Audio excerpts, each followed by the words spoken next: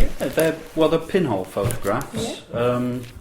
They're a lot of them are around here, a lot of them are around Greenwich. And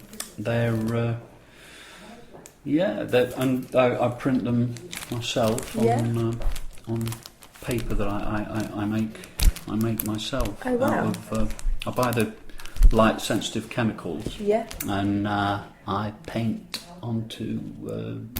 This is sort of watercolour paper. So this is in Charlton. This is like one of those old sort of crumbling jetties that are slowly falling into the sea, into the river rather. And it's sort of, I don't know. It just works. The atmosphere. I think the pinhole thing gives them a sort of an atmosphere really that you probably struggle to get with a conventional camera. Definitely. Is this one of the same sort of place? This is West Pier in Hove, which it burnt down several years ago, about a decade ago now, probably.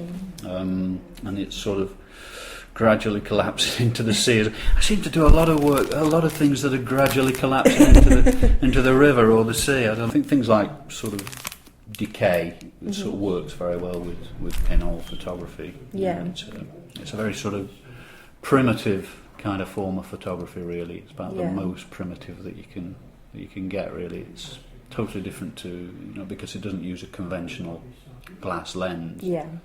It's just a tiny hole, and that kind of forms an image, but it's a very dim image. Yeah. So the exposure time is very long. Yeah. So anything that's moving, like water, you see, it goes incredibly flat, sort of mirror-like. So you don't get individual ripples that you would if you were taking it with a conventional camera. It's the Charlton Jetty one. Yeah. That was a misty day in January, and so the light level was very low. Yeah. And I think that was something like 15 minutes. Oh, right, okay. Whereas the one in Brighton, in Hove, although it doesn't look like a nice day. There, it was.